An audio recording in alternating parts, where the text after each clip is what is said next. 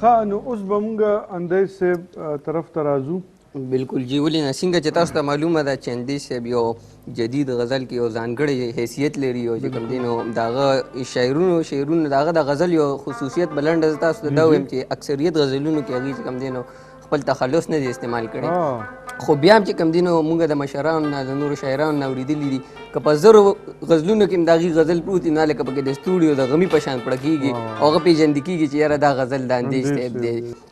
زه به تاسو ته چې کوم دی هغې چې کوم د غزل متعلق خپل څه شعرونه لیکلي دي هغه به ستاسو وړاندې پیش کړم، ستاسو توجه به غواړم.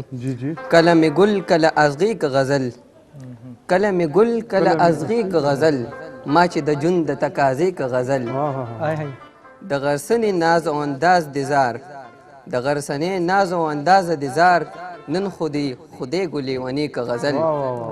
اوس به د وخت د زړه خبرې کوي، اوس به د وخت د زړه خبرې کوي، اوس به د وخت د زړه خبرې کوي، ملګرو مونږ د کار سړی که غزل. مننه جي مننه. یارانو تاسو پرې مزې واخیستې، یارانو تاسو پرې مزې واخیستې، ما ته احساس ارې ارې که غزل.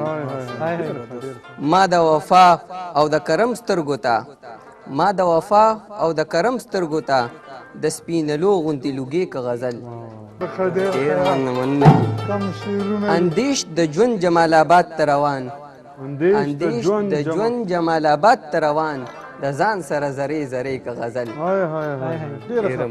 اندیش د ژوند جمال آباد ته، یعنی اندیش د ژوند د هغې حسن کلي ته روان دي او د ځان سره یې زرې زرې که غزل، ځان سره یې زرې زرې کو غزل. بالکل.